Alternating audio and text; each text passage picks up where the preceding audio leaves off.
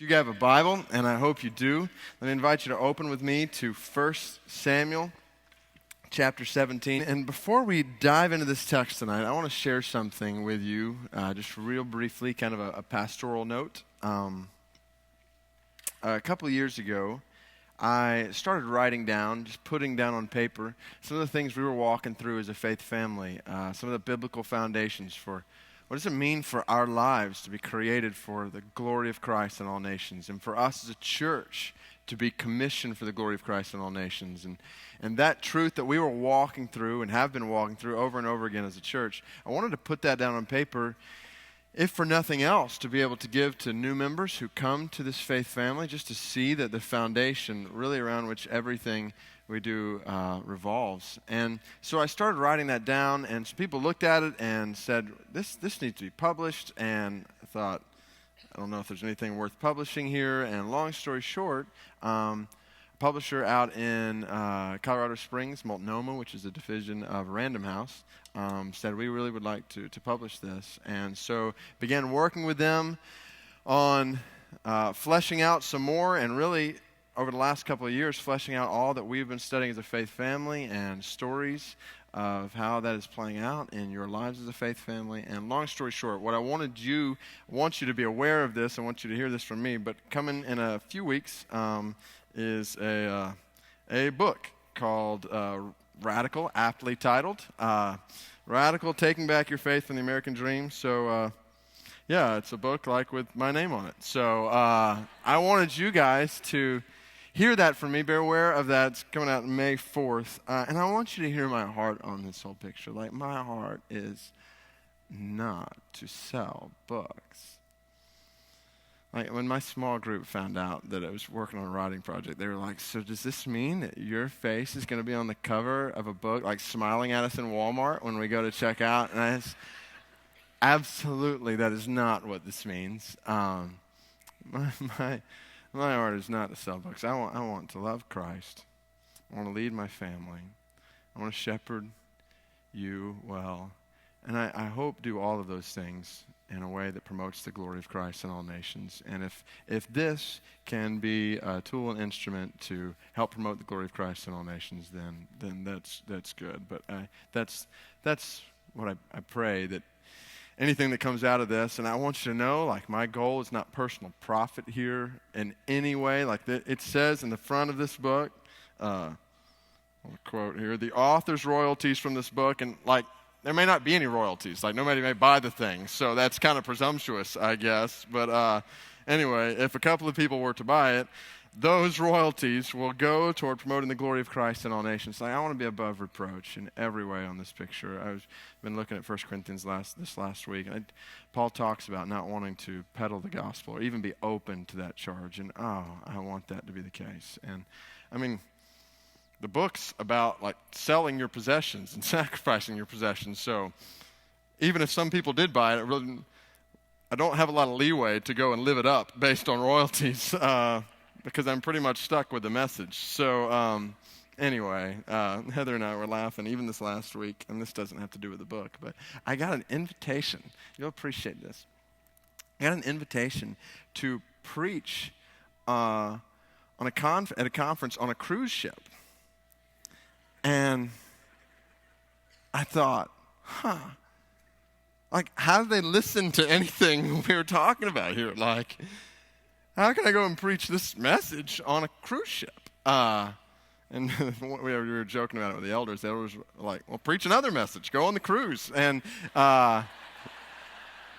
jokingly. And I told Heather, I was like, babe, I'm so sorry. Like, you are stuck with me as husband and pastor and trying to work out all these truths and the adjustment that means for our life. And then when I get an offer to go on a free cruise, I can't go preach on a cruise. So no. I told him no. And so I apologize to Heather for that. Anyway, that has nothing to do. I just want you guys to be aware of this. I want you to hear my heart on this. Actually, it comes out May 4th, which is a Tuesday. The weekend before is Secret Church, and so we'll have them here on Friday. We'll have some copies here on Friday night at Secret Church as well as that Sunday. Again, any copies today? I mean, none of it's going to promote David Platt, so there's no need to. I don't think there's need to go turn over tables out there when you see the book. Okay, enough said. On to a much better book. 1 Samuel, chapter 17. You've got at the top of your notes there, it says a chronicle of redemption. And I want to recap where we've been because we're entering into a new phase in this story of redemptive history. And so I want you to think about where we've been so far this year. We started with prologue, week 1, Genesis 1 through 11, creation. And we're going, the end goal is we're going to get to new creation, recreation. But there's a whole process of redemption in between. And so part 1 was redemption promised to a covenant people. That started in Genesis 12 and went all the way through the end of Exodus. And what we saw is God initiating 2 major covenants with his people.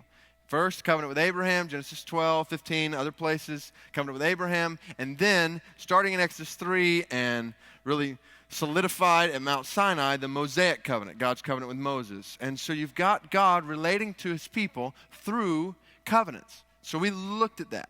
Then we moved into next part 2, the law of the land, where Leviticus, they receive the law, it's the giving of the law. Numbers, they take a roundabout way to get to the promised land.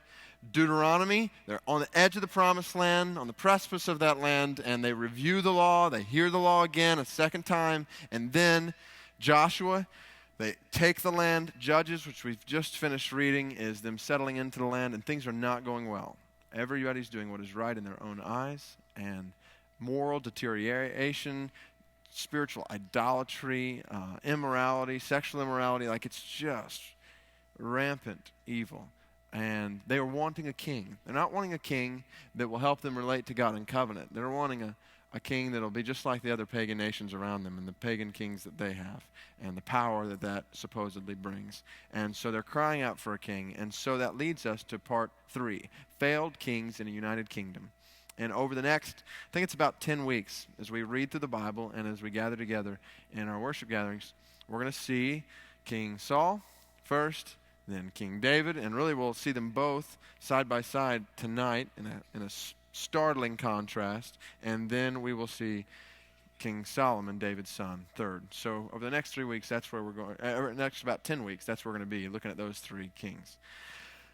Today we come to a pivotal picture of David, and David in relationship to Saul. Now 1 Samuel 17, just so you know, is one of the longest narratives, one of the longest stories, and it's just filled with details. It's almost like the author is putting in details everywhere, maybe even not details that are necessary, but he is wanting this story to be etched in people's hearts. And so what I want us to do is I want us to read the story in all of its details. I want us to do what we have done oftentimes with Old Testament narrative and just read a little bit and pause along the way so we make sure we're getting the whole story and feeling the effect of this story. But I want us to draw it out much like they did, and then I want us to think about what this means. This is a pretty common story. Even people who have not grown up in church are most often familiar with David and Goliath, at least a cursory familiarity. And I think it's so common that we end up missing the point. We think this is a moral tale of a boy who stands up with bravery and courage against a giant. And it becomes, takes on all kinds of applications that I'm not sure are really intended by this passage. And so I want us to read the story and think about what it really means. So, 1 Samuel chapter 17, verse 1. Now the Philistines gathered their armies for battle, and they were gathered at Soko, which belongs to Judah, and encamped between Soko and Azekah in Ephes Dammim. And Saul and the men of Israel were gathered and encamped in the valley of Elah, and drew up in line of battle against the Philistines. And the Philistines stood on the mountain on the one side, and Israel stood on the mountain on the other side, with a valley between them. So you got the picture. You got 2 mountains with a valley in between, kind of a dried up ravine in the middle there. And the Philistines are on one mountain, Israelites are on one mountain, and the valley is where the battle is going to take place. So that's kind of the setup here. Get to verse 4. There came out from the camp of the Philistines a champion named Goliath of Gath, whose height was 6 cubits and a span. A champion. This chapter is the only time that word is used in the entire Old Testament. It literally means the man between 2 armies. like the decisive man. And this was without question a decisive man between two armies. He is 6 cubits and a span tall, which works out to about 9 foot 9 inches. Bro is NBA material all the way. Like, he's standing eye level almost with the rim. Like, that works well in basketball. So that's the kind of height you got on this guy. But then if you know basketball, like a lot of taller guys in the NBA are kind of lanky, even a little awkward. If I could say that about a multimillionaire who is an incredible athlete, awkward. And that's not the case with Goliath. Next verse 5, he had a helmet of bronze on his head, and he was armed with a coat of mail, like a full-length coat. And it says the weight of the coat was 5,000 shekels of bronze. Works out to about 125 pounds. That's a coat. Like, he is wearing more than some of the Israelites weigh.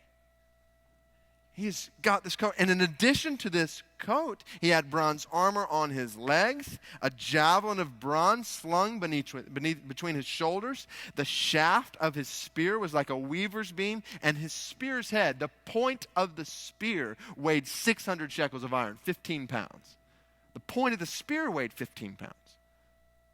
This guy is undoubtedly the man. And to take it one step further, his shield bearer went before him. Not only is he this giant, brute man with all of this heavy armor that he is able to move fluidly in, he's got a sidekick who goes with him and carries a shield the size of a man. You notice when Goliath shows up at the party. And so what happens is Goliath shows up. It says in verse 8, he stood and shouted to the ranks of Israel, "Why have you come out to draw up for battle? Am I not a Philistine? And are you not servants of Saul? Choose a man for yourselves and let him come down to me. If he is able to fight with me and kill me, then we will be your servants. But if I prevail against him and kill him, then you shall be our servants and serve us." And the Philistines said, "I defy the ranks of Israel this day. Give me a man that we may fight together." So basically, what we've got here, first two facets of the story. One, an invincible character. This is the most detail we have about a warrior and all of the reasons why you would not want to come face to face with this guy in battle. An invincible character, and second, an impossible challenge. Basically, what Goliath has just done is he has challenged some poor Israelite to a game of one-on-one with him. Mano a mano. Goliath versus one person in a fight. Who would want to do that? Who would want to go against this man? Like, I've shared with you before, my older brother Steve was in high school, heavyweight state wrestling champion, and he was the man. Like, in that heavyweight state wrestling championship match, he just picked up this 300-pound guy and threw him on his back. Like, you don't play with my older brother Steve. And we had one good friend, kind of a country kind of guy, and he always said, "Well, David, I think you got pushed away from the trough at your home." And I think that would be accurate. Like, I would not describe myself as a strong, brute man. Like, I know that's surprising. This was in high school. I mean, now things are different. But appreciate you laughing at that. So Steve and I, a little different. And the unfortunate thing, my brother Adam's down here, like, we were instruments for practice with our older brother, Steve. And so the only weapon in my arsenal was run. Like, that was the weapon that I would use, and it was a weapon of avoidance. I was more passive when it came to wrestling with Steve, and I could outrun him, and that was key. So that's exactly where the Israelites find themselves. It says in verse 11, when Saul and all Israel heard these words of the Philistine, they were dismayed and greatly afraid, i.e., I'm not going out there. Even Saul, who is the only one physically qualified, closest one physically qualified to go to Goliath. We learn earlier in 1 Samuel that Saul was head and shoulders above everybody else in Israel. But he is going to sit back and do nothing, scared as can be, along with all of the other Israelites. So that's the scene when you get to the end of verse 11. You've got this giant of a man defying Israel, not just the people of Israel, but the God of Israel, shouting out, shaming them. And the Israelites, the whole army of thousands, sitting back in fear.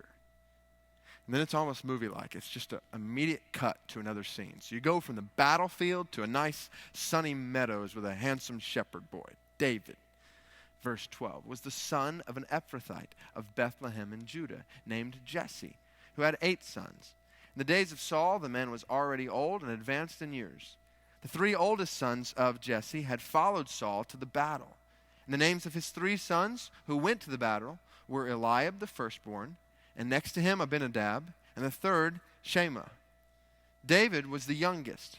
The 3 eldest followed Saul, but David went back and forth from Saul to feed his father's sheep at Bethlehem. For 40 days the Philistine came forward and took his stand morning and evening. So what you've got is 3 of David's brothers are on the battlefield, watching this take place. And David's back here caring for the animals.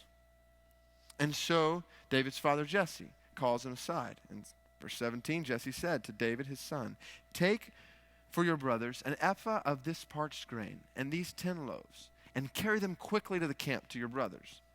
Also take these 10 cheeses to the commander of their 1,000. See if your brothers are well, and I love this phrase right here, and bring some token from them. Like, bring a little something back from the battlefield. Jesse has no clue what David's going to bring back from the battlefield. Like, he's going to bring back Goliath's head. How's that for a token? A 9'9" guy's head you're going to bring back. So anyway, we don't know that yet, but it's just kind of interesting to think about. So he says, I need you to go to the battlefield, take them resources, find out how they're doing, bring something back from them. And so, verse 19, Saul and they and all the men of Israel were in the valley of Elah, fighting with the Philistines. And David rose early in the morning and left the sheep with a keeper and took the provisions and went as Jesse had commanded him. And he came to the encampment as the host was going out to the battle line, shouting the war cry. So he got there in the morning. And so the picture is just a little background there, about 15-mile journey. So David left early in the morning, got there early in the morning, which means he just, ran a nice half marathon in preparation for what's about to happen as he takes on this giant. And so he gets there. Verse 21, Israel and the Philistines drew up for battle, army against army. And David left the things in charge of the keeper of the baggage and ran to the ranks and went and greeted his brothers. As he talked with them, behold, the champion, it is again, the Philistine of Gath, Goliath by name, came up out of the ranks of the Philistines and spoke the same words as before. And David heard him. All the men of Israel, when they saw the man, fled from him and were much afraid. Now I want you to picture this scene. This just shows again the towering nature of Goliath. That when he comes out, he speaks, he shouts, exactly what he shouted before. He shouts. And all of these other conversations that are going on among thousands of Israelite soldiers are immediately silenced, and they go into panic as he speaks. And he's done this for 40 plus days. Now put yourself in David's shoes. As you hear this, as you hear this guy come out and defy not just the people of Israel, but the God of Israel, and to shame the God of Israel, maybe maybe the first time that David had ever heard the name of God defamed. What's going through his head as he hears that and then sees all the people of God, all the Israelites, all these soldiers go into panic and fear. And so David starts asking, what is going on here? Verse 25, the men of Israel said, have you seen this man who has come up? Surely he has come up to defy Israel. And the king will, now here's what the king is going to do. King Saul's sitting back doing nothing, so he offers a prize for anybody who will go out and fight Goliath. And here's what he offers. 3 things. The king will enrich the man who kills him with, number 1, great riches. So, great riches, assuming, of course, that you defeat Goliath. Second, will give him his daughter. We find out later, Saul's daughter, not necessarily that much of a reward, but it's part of the package. And so, you've got riches, you got wife, his daughter, and then make his father's house free in Israel, which is basically free from taxes, obligations. Like, what an appropriate text for this week, even. Like, how great would it be to be free from taxes, like forever? So, anyway, we pay our taxes, but it would be nice. So, I'm guessing there's a few people in here who wouldn't mind taking on Goliath if that was at stake right now. Save a lot of trouble this week. Some CPAs wouldn't mind doing that. So, here's the picture. That's what's before him. David responds, said to the men who stood by him, what shall be done for the man who kills this Philistine and takes away the reproach from Israel? For who is this uncircumcised Philistine, that he should defy the armies of the living God? And the people answered him in the same way, so shall it be done to the man who kills him. I want you to notice with me here how David's description of this scene is totally different from the way these other guys were talking about this scene. They say to David, did you see this man, the man who came up? David says, who is this uncircumcised Philistine? Like, who does he think he is? Apart from the people of God, worshiping other idols, not a part of the covenant people of God. Who is this guy? And earlier he said he's come to defy Israel. David says he has come up to defy the armies of the living God. This is deeper than just defying an army. This is defying a God, true God. And so David is getting incensed at this picture. He keeps asking around, verse 28. Now Eliab, his eldest brother, little note about Eliab in 1 Samuel 16, right before this, when Samuel went to Jesse's house to anoint the next king of Israel, Eliab was the logical choice. He was the guy when Samuel shows up, hey, this guy needs to be the next king. But that's where we find that verse, that man looks at outward appearance, the Lord looks at the heart. And so David was anointed, and the reasonable choice watches that happen. Probably a bit bitter. His eldest brother heard when he spoke to them, and Eliab's anger was kindled against David. And he said, why have you come down? It's almost derogatory here. And with whom have you left those few sheep in the wilderness? Like, where are your animals? I know your presumption and the evil of your heart, for you have come down to see the battle. Verse 29, David said, what have I done now? Is it not but a word? Like, calm down, bro. Just asking some questions. Verse 30. He turned away from him toward another and spoke in the same way, and the people answered him as before. So David is researching and making it clear that he is willing to take on Goliath. Now that word starts to spread, and it spreads eventually to Saul. And here's what happens. The words that David spoke were heard. They repeated them before Saul, and Saul sent for David. And so now we're going to see these two guys, the present king of Israel, the future king of Israel, face to face. And we're going to see a contrast between the two of them. Verse 32, David said to Saul, let no man's heart fail because of him. Your servant will go and fight with this Philistine. You see his boldness, his courage, his confidence. And Saul replies. Saul said to David, verse 33, you are not able to go against this Philistine to fight with him, for you are but a youth. And he has been a man of war from his youth. Saul is looking at David just like the world would look at David. Not a chance. 20-year-old, maybe a little less, shepherd. This giant who is a warrior. There's no way. So David said to Saul, it's one of two kind of impassioned, powerful mini speeches from David. He says, your servant used to keep sheep for his father. And when there came a lion or a bear and took a lamb from the flock, I went after him and struck him and delivered it out of his mouth. And if he arose against me, I caught him by his beard and struck him and killed him. Your servant has struck down both lions and bears, and this uncircumcised Philistine shall be like one of them, for he has defied the armies of the living God. And David said, the Lord, who delivered me from the paw of the lion and from the paw of the bear, will deliver me from the hand of this Philistine. And I want you to realize what David just did, because he pointed out the problem with Saul and all of these other Israelites that are cowering in fear. Saul and the Israelites were believing that Goliath was the giant.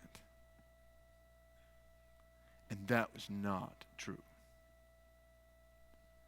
Because even if he was 9 feet 9 inches tall, with all of this brute strength, Goliath is a dwarf in comparison with the Lord Yahweh God. And the Lord, He is great. And He is able to deliver. This is just an uncircumcised Philistine and nobody. We follow the Lord who has delivered me from lions and bears. He has no problem delivering me from this uncircumcised Philistine. Isn't that huge? Like, it's all perspective. When we, just kind of pause real quick, when we face difficult things, difficult circumstances, obstacles in front of us, the more we focus on them, the bigger they get, don't they?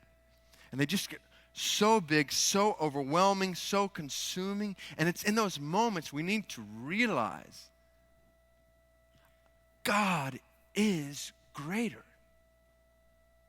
No matter how difficult the circumstance is, challenging the obstacle is, our God is supremely greater. He is more than able to take this circumstance or this obstacle and deliver you in the middle of it. And so David says that to Saul. Saul looks back at him and says, go, and the Lord, may Yahweh be with you. So verse 38, Saul clothed David with his armor.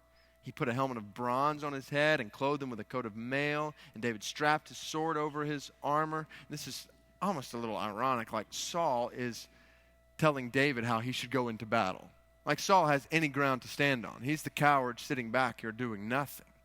And David puts this on, tried in vain to go, for he had not tested them. Then David said to Saul, I cannot go with these, for I have not tested them. So David put them off. Now we know how big Saul was, and David was not. And so we know he was dwarfed in this armor. But this picture of him having it on and then taking it off is symbolic on two levels. Think about it. One, he is putting off the stuff that this world would say you need to fight in order to show that the Lord alone is who I need to fight. But then, on an even deeper level, this comparison, this contrast between King Saul and the future King David. This is a picture of David saying, my kingship will look a lot different than yours. Because yours, yes, reflects the pagan, ostentatious kings who would draw attention to themselves with all the stuff they can surround. And David takes it off and he says, I'm going out in the line of Abraham and Isaac and Jacob and Moses, who went out as shepherds with nothing but the provision and the promise of God. And so that's what he does. He goes, it says in verse 40, he took his staff in his hand and chose 5 smooth stones from the brook and put them in his shepherd's pouch, probably like tennis ball size. His sling was in his hand and he approached the Philistine. Now you've got the setup for UFC whatever number, like Ultimate Fighting Championship, SmackDown, whatever, is about to happen between Philistine Goliath. He's got all the stuff that this world has constructed to make him equipped for battle. And you've got David, and all he has are 5 stones fashioned by the hand of God himself. And the stage is set. Verse 41. The Philistine moved forward and came near to David with his shield bearer in front of him. And when the Philistine looked and saw David, he disdained him, for he was but a youth, ruddy and handsome in appearance. And the Philistine said to David, "Am I a dog that you come to me with sticks?" Apparently he didn't see the stones. Probably wishes he'd had seen the stones, but come to me with sticks. And the Philistine cursed David by his gods. Immediately our mind, we read this, we go back. God's promise in the beginning to his people through Abraham. I will bless, Genesis 12, 1-3, I will bless those who bless you, and whoever curses you, I will curse. Unbeknownst to Goliath, he has just brought down judgment upon himself by cursing the man of God. He is going to experience the curse of God. Verse 44, the Philistine said to David, "Come to me, and I will give your flesh to the birds of the air and to the beasts of the field." They were fighting words. But David is not to be done when it comes to Old Testament trash talk. I want you to listen to what he said. This is good. You know, when you get in a situation like this and you think, oh, I wish I would have said that. Like, David says it all. He said to the Philistine, "You come to me with a sword and with a spear and with a javelin, but I come to you in the name of the Lord of hosts, the God of the armies of Israel, whom you have defied. This day the Lord will deliver you into my hand, and I will strike you down and cut off your head. And I will give the dead bodies of the host of the Philistines, not just yours, but all the Philistines this day, to the birds of the air and to the wild beasts of the earth, that all the earth may know that there is a God in Israel, and that all this assembly may know that the Lord saves, not with sword and spear, for the battle is the Lord's, and he will give you into our hand." That's good. What David just said to Saul was clear. Saul, in just a moment, you are going to realize, all the Philistines behind you are going to realize, and all the Israelites behind me that are cowering in fear are going to realize that there is a God in Israel who is supreme, and he will not be defied by anyone, and he will demonstrate his glory in destroying you. That's strong. The battle belongs to the Lord. He will fight this for me. And so, with the trash talking complete, the Philistine arose and came and drew near to meet David. David ran quickly toward the battle line to meet the Philistine. You can hear a collective gasp on both mountains. And David put his hand in his bag, took out a stone and slung it, and struck the Philistine on his forehead. The stone sank into his forehead, and he fell on his face to the ground. Knocked down. Step 1. Goliath falling down. Don't miss this. Hold on to this because we're going to come back to it in a second. Goliath falls down, face down on the ground. Now we're going to see in the next couple of verses talking about David killing Goliath. And there's some discussion and debate over when Goliath actually died. I think the lights went out at this point in some fashion. It's what happens when a stone sinks into your forehead. But when he actually died is really maybe a little bit more up for discussion or debate. But I want you to listen to this. David prevailed over the Philistine with a sling and with a stone, and struck the Philistine and killed him. There was no sword in the hand of David. Pause. This is exactly what David had said would happen. The Lord saves not with sword and spear. And it just so happens, you go back to Leviticus and you see that the punishment for blaspheming God was, anybody know? Stoning. Then David ran and stood over the Philistine and took his sword, so Goliath's own sword, and drew it out of its sheath and killed him and cut off his head with it. Step 2, decapitation. Now, I know it's kind of gruesome, but it's the story, so go with me here. Step 1, falls face down to the ground. Step 2, head gone. Now, I want you to hold your place here in 1 Samuel 17. And go back with me real quick to 1 Samuel chapter 5. I want to remind you of something that had happened before this among the Philistines. You see what had happened? When you look at 1 Samuel chapter 5, the Philistines had captured the Ark of the Covenant, like from Israel, the picture of the glory and the presence of God with his people. You don't touch it, you carry it. When they end up getting it back, like somebody is struck down dead for touching it. Like this was the picture of the holiness of God. And the Philistines capture it. And when they capture it, they decide to put it in the temple where their god, Dagon, lives. And so you've got this false god, this idol, in his home. Listen to this story, chapter 5, verse 1. The Philistines captured the ark of God. They brought it from Ebenezer to Ashdod. Then the Philistines took the ark of God and brought it into the house of Dagon and set it up beside Dagon. So put them up next to each other. And listen to this. When the people of Ashdod rose early the next day, behold, Dagon had fallen face downward on the ground before the ark of the Lord. Step 1. Face downward before the picture of the true God. Listen to what happens next. So they took Dagon, put him back in his place. Poor Dagon. Verse 4, when they arose early the next morning, behold, Dagon had fallen face downward on the ground before the ark of the Lord, and the head of Dagon and both his hands were lying cut off on the threshold. Step 2, decapitation. And so the picture was false God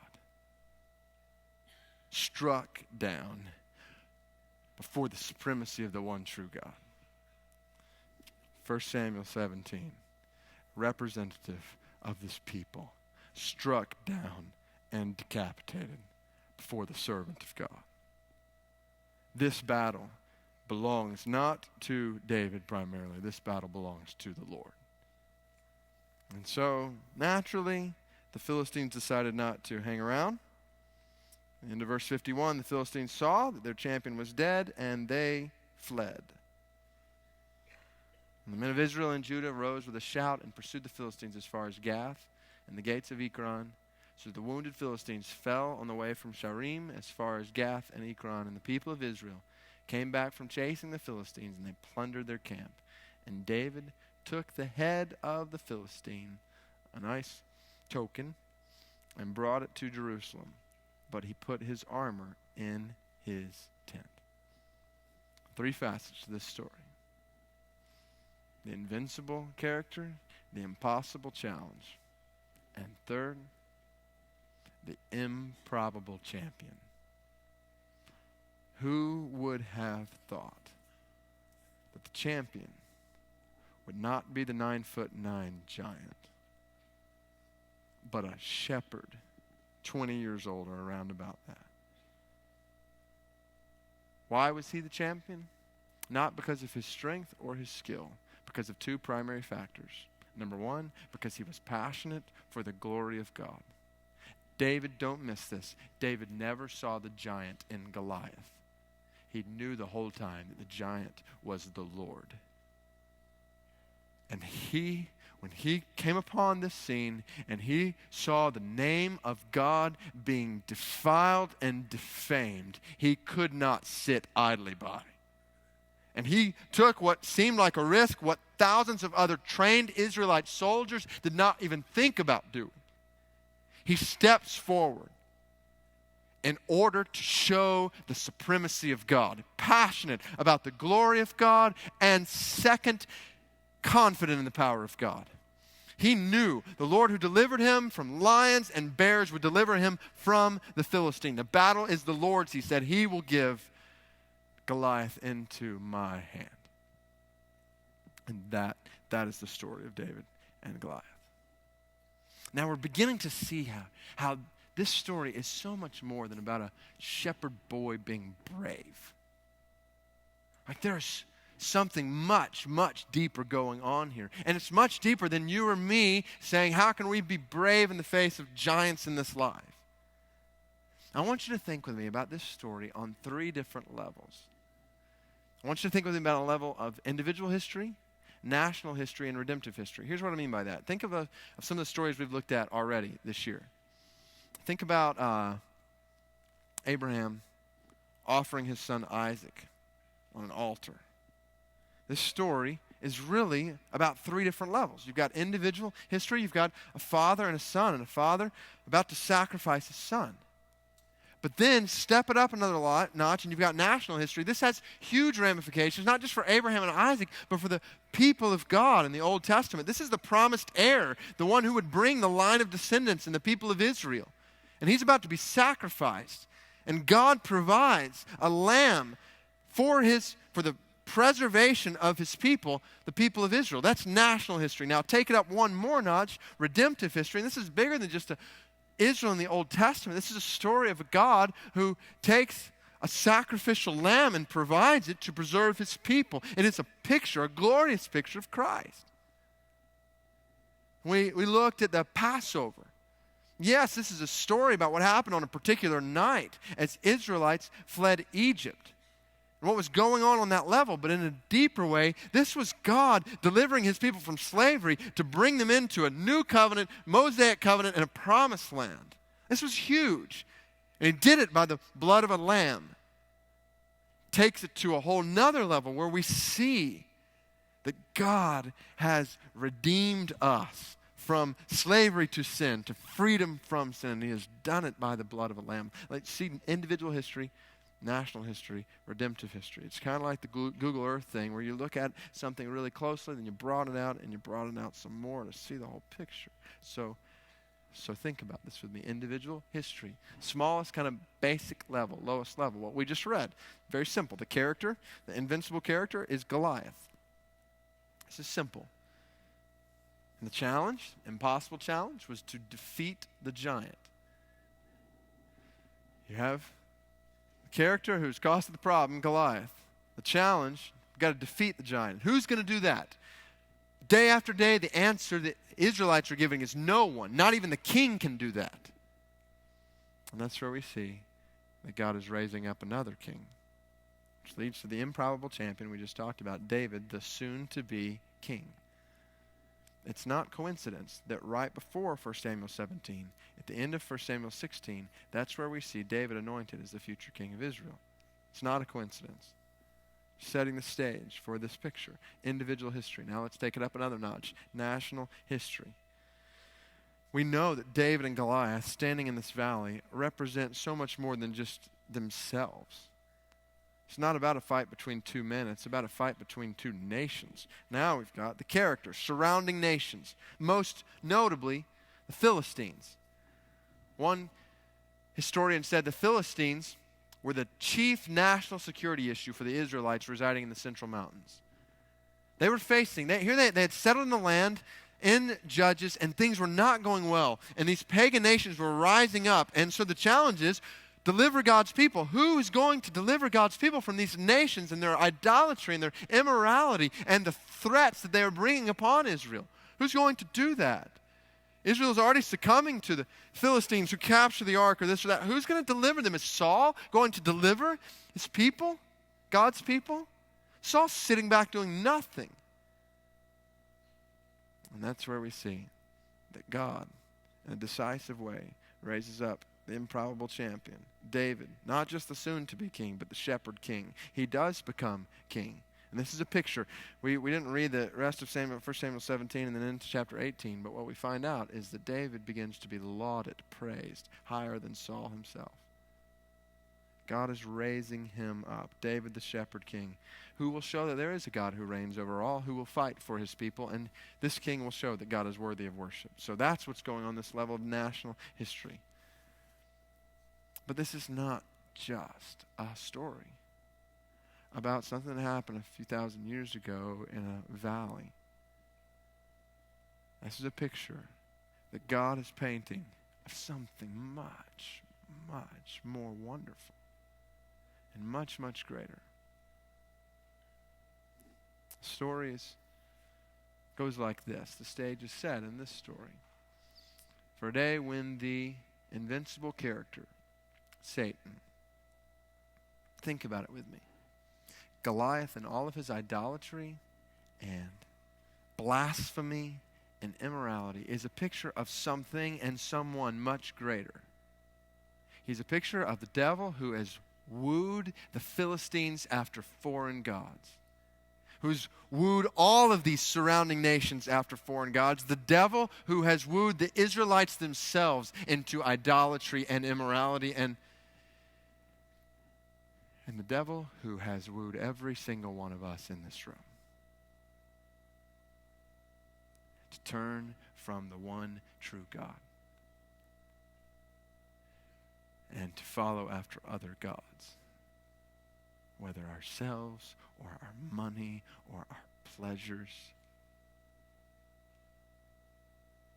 The devil who has lured every single one of us into what 1 Timothy 2:26 calls his snare, in the devil's snare. Invincible character, the evil one, the adversary.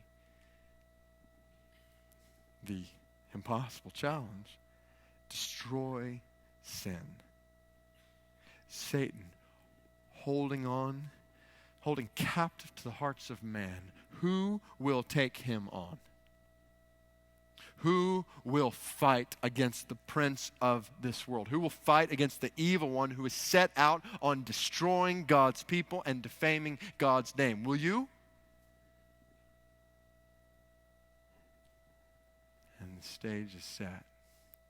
For out of the shadows of Bethlehem, which is where David was from, out of the shadows of Bethlehem, to step an improbable champion, born into a humble family in an impoverished condition, living not with the armor of this world and all of its robes and ornaments, but walking among the people, loving and caring and heading to an encounter where he will come face to face with sin and Satan and death itself on a cross. All for the glory of his Father. John 12. What shall I say? Father, save me from this hour? No, it is for this reason I came. Father, glorify your name. Show your glory. And so he takes on sin and Satan and death on the cross. And by the power of God, he is raised to life. And we see the improbable champion, Jesus, our Savior, King. He has killed the giant. He has destroyed Satan. Now we're ready to understand what this story means for our lives. It is not, go out and be brave this week when you face giants in your life. No, it's so much deeper than that. Think about it. I've put it here in 3 prayers from the story that I want us to pray, me to pray, you to pray. 1, God, help us then. Help us to live with passion for your glory. Help us to see your greatness over any giant and to desire your glory over anything else. The point of the story is not to be brave in the face of giants. The point is to be passionate about the glory of God.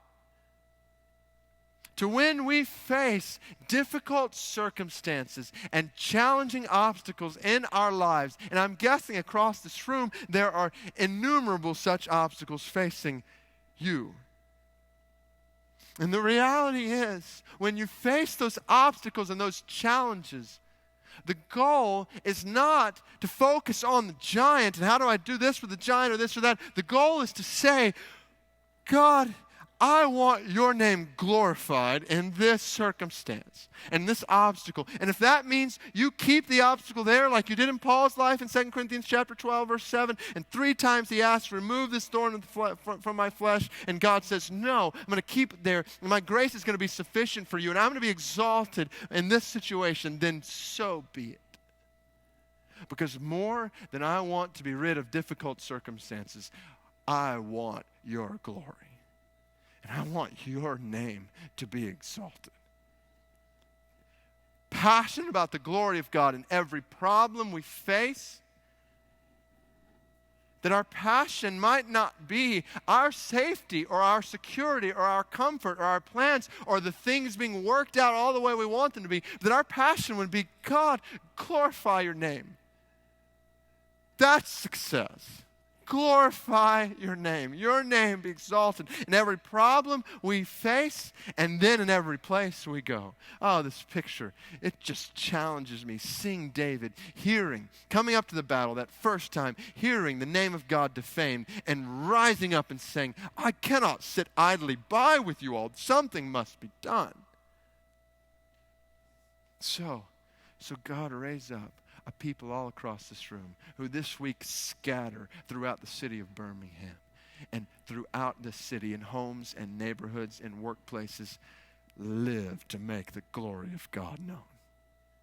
That doesn't mean we go out and start throwing stones and chopping people's heads off. Like what we do is when we're sitting with someone who does not know and does not worship and delight in the glory of God, that we do not sit silent. We tell them of his goodness and his glory and his grace, that they might know him and worship him, because he is worthy of the glory of every single person in this city, and we want them to know his glory. We want his name to be exalted in this place. That's the one takeaway from this text, that we would leave this place tonight with a zeal, a passion for making the glory of God known in this city. And obviously not stopping there. It's why we're doing what we were doing in India.